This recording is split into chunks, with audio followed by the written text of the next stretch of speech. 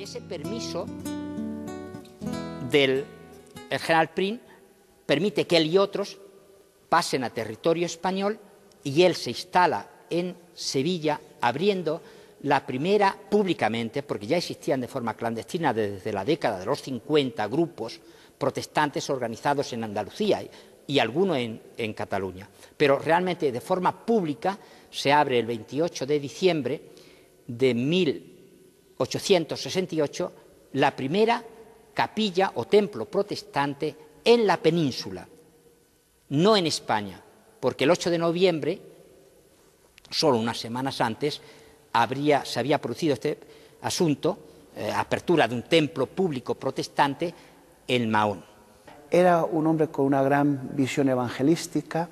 Es sabido que cuando llegó a Sevilla, su primera parroquia la formó yendo predicando por las tabernas sevillanas, donde se hablaba de libertad política, y él, en muchas tabernas donde había tertulias políticas, pues él se presentaba, y después de que hablaba alguno, pues él hablaba de la libertad en Cristo en muchas de las tertulias políticas, y así formó la primera congregación que tuvo en Sevilla. Entonces tenía una visión evangelizadora para España. Como apoyo a este trabajo va a iniciar un periódico.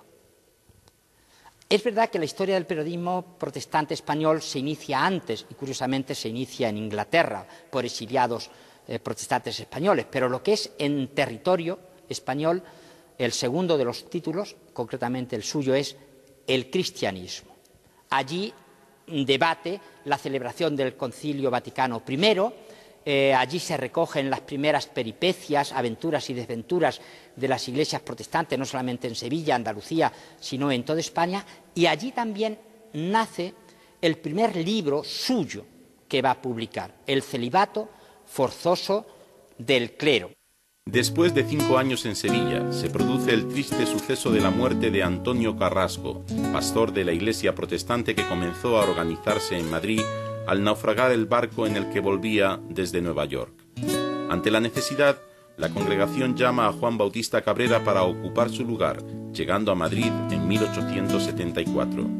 Unos años después fundó la Iglesia Española Reformada Episcopal, de la que llegó a ser su primer obispo. Cabrera pensó que el protestantismo español solo podría ser fuerte si estaba unido en un único cuerpo, y él pensaba que era muy importante que existiera una Iglesia nacional que coordinara los esfuerzos de todos los diferentes grupos que estaban trabajando en España.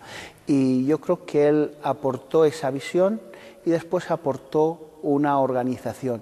Desgraciadamente para él fue imposible que formar una iglesia nacional compuesta por todos los que estaban trabajando en España, así que hacia 1880 se formó una iglesia compuesta por todos aquellos que mantenían la misma visión que él de una iglesia nacional. Como pastor y obispo de la Iglesia Reformada, Cabrera desarrolló una labor inmensa de publicación literaria, formación de líderes, comienzo de nuevas iglesias y estructuración del protestantismo español y de sus relaciones internacionales. Construyó este templo cuya consagración fue notoria en toda la nación y consolidó la presencia protestante. Cabrera es un hombre de iglesia, sobre todo, y eso está determinando su escritura, ¿no? Ha publicado un libro donde recoge todo lo que había escrito en 1907, o sea, justamente hace un siglo, un año, que apareció este libro, y se titula Poesías religiosas y morales, que ya da de por sí un sello de su orientación. Fue también un gran liturgo o estudioso de las liturgias que tenía la Iglesia primitiva en España, y de hecho contribuyó a la formación, o mejor dicho, contribuyó a la traducción y organización de la liturgia mozárabe para el uso de la Iglesia Española Reformada. Fue un buen músico, tenía dotes musicales, y no solamente él, sino sus hijos, y contribuyó también a componer aproximadamente unos 200 himnos. Muchos de ellos los adaptó de los himnarios ingleses, escoceses y alemanes, y aproximadamente hoy en día son muy conocidos 200 de los más de 400 himnos que él compuso. El 17 de marzo de 1893, bajo el pastorado de Cabrera, se inauguró esta iglesia del Redentor, después de retirar la cruz de la fachada y el texto Cristo Redentor Eterno, tal como exigió el gobierno. A pesar de eso, todavía algunos reclamaron en los periódicos que se cambiara el nombre de la calle por Maleficencia, en lugar de Beneficencia.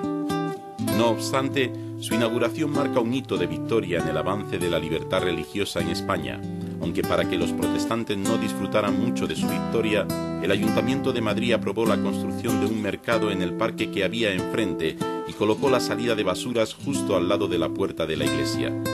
Todo ello demuestra la trascendencia de Juan Bautista Cabrera, un hombre clave para el protestantismo español.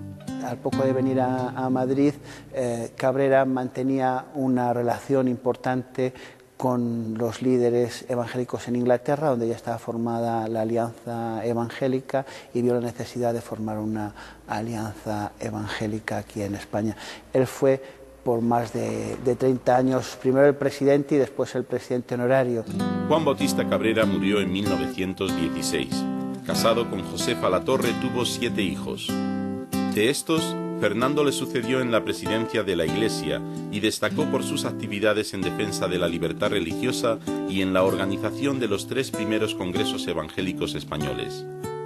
Cabrera fundó y dirigió el semanario El Cristianismo y vio impresas sus obras El celibato forzoso del clero, el himnario para uso de las iglesias evangélicas españolas, la liturgia, el catecismo de doctrina cristiana, el manual de controversia cristiana, las poesías religiosas y morales y la Iglesia en España hasta la invasión sarracena. También una autobiografía rimada, Canto Memorial, apareció un año después de su muerte. Cabrera fue un hombre que supo aprovechar las oportunidades que le brindó su tiempo. Hoy que los vientos de libertad y libertinaje se confunden en el amanecer de un nuevo siglo, su recuerdo es de inspiración y reto, porque todavía queda mucho camino por recorrer, con la Biblia bajo el brazo.